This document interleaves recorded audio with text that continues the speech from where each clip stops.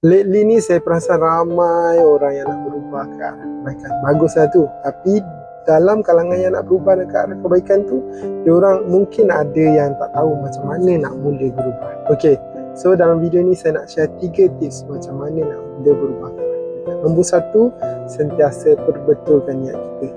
Bila mana kita nak berubah ni, kita kena make sure yang kita ni berubah semata-mata kerana Tuhan, bukan untuk impress orang lain, bukan untuk tunjuk yang kita ni baik depan orang lain, tapi untuk cuba merasai kehidupan yang lebih tenang dan lebih bahagia dengan mengeratkan relationship kita dengan pencipta kita. Okay, nombor 2, small little baby step lebih baik, lebih efektif daripada satu usaha yang besar tapi tak konsisten. Kalau you nak berubah dan buat sesuatu kebaikan, mulakan sekecil-kecil kebaikan.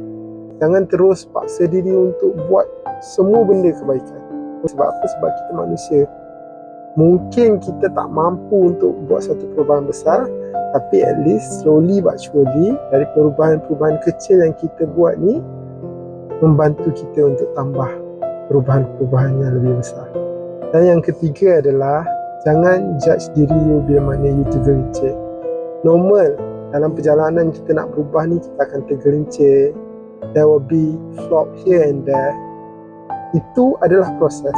Jangan cepat judge diri you dan jangan give up. Keep going, okay? Semoga terus istiqomah untuk berubah. Dan ingat guys, stay positive, stay active.